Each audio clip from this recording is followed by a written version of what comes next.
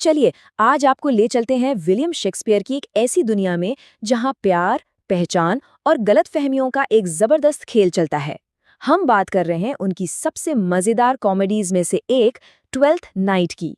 जरा एक पल के लिए सोचिए कि अगर जिंदा रहने के लिए अपनी पहचान छिपानी पड़े, और क्या हो अगर आपका वो छिपा हुआ रूप ही इतना आकर्षक बन जाए कि हर कोई उसी का दीवाना हो जाए। यही वो सवाल है जो ट्वेल्थ नाइट की कहानी की बिल्कुल जड़ में है। तो हमारी कहानी शुरू होती है इलेरिया नाम की एक सपनों जैसी जगह से, जहां समंदर की एक लहर किस्मत को पूरी तरह पलट कर रख देती है। एक भयानक समुद्री तूफान में एक जहाज टूट जाता है और जुड़वा भाई बहन वायोला और सेबेस्टियन एक दूसरे से बिछुड़ जाते हैं। दोनों बच तो जाते हैं, लेकिन इलेरिया के किनारे पर अलग अलग पहुंचते हैं।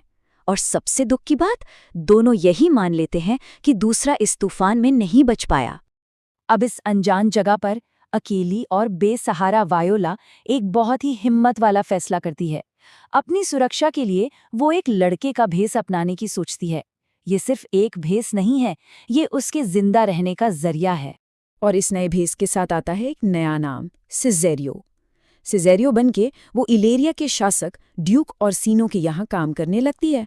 और बस यहीं से सारी गड़बड़ शुरू होती है।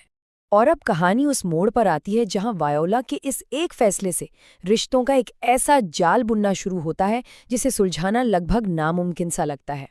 तो यहाँ बनता है एक बहुत ही मजेदार लव ट्रायंगल।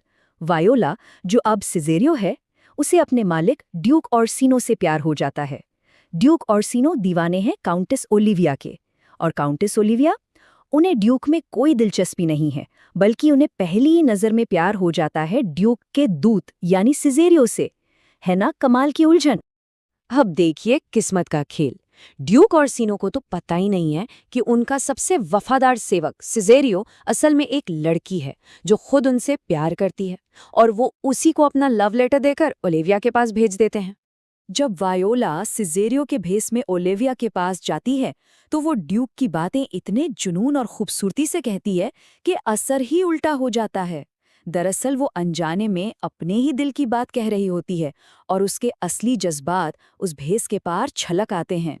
और नतीजा ये होता है कि ओलिविया ड्यूक को तो मना कर देती हैं, पर उस जोशीले मैसेंजर सिजेरियो पर पूरी तरह से फिदा हो जाती है। अब वायोला एक ऐसी मुश्किल में फंस गई है जहां से निकलना बहुत बहुत मुश्किल है। अच्छा, अगर आपको लग रहा था कि कहानी पहले से ही काफी उलझ चुकी है, तो जरा रुकिए, क्योंकि अब जो होने वाला है वो चीजों को और भी दिलचस्प बना देगा। सवाल तो ये है कि प्यार और पहचान की ये गुत्थी भला और कितनी उलझ सकती है। जवाब है बहुत ज्यादा, क्योंकि वायोला का भाई सेबेस्टियन, जिसे वो मरा हुआ समझ रही थी, वो जिंदा है, और वो भी लेरिया पहुंच चुका है। और हाँ, वो हूबहू सिजेरियो जैसा दिखता है। इसके बाद तो बस पूछिए मत। गलतफहमियों का एक ऐसा बवंडर आता है कि सब कुछ उल्टा पुल्टा हो जाता है। एक डरी हुई वायोला को तलवारबाजी करनी पड़ती है, एक बेचारा कप्तान गलत इंसान को बचाने के चक्कर में गिरफ्तार हो जाता है, असली सेबेस्टियन आकर लड़ाई जीत जाता है, और इन सब के बीच ओलिविया सेबेस्टियन को सिजेरियो समझकर उससे झटपट शादी भी कर लेती है। पूरे इलेरिया में कन्फ्यूजन ही कन्फ्यूजन है। लेकिन हर उलझन का एक अंत तो होता ही है। अब हम कहानी के उस पड़ाव पर पहुंच गए हैं जहां हर राज से पर्दा उठेगा और हर पहचान सामने आएगी।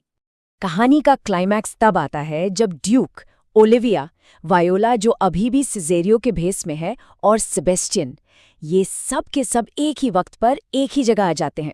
ओलिविया ऐलान करती है कि सिजेरियो उसका पति है, और ये सुनकर ड्यूक और वायोला दोनों के होश उड़ जाते हैं।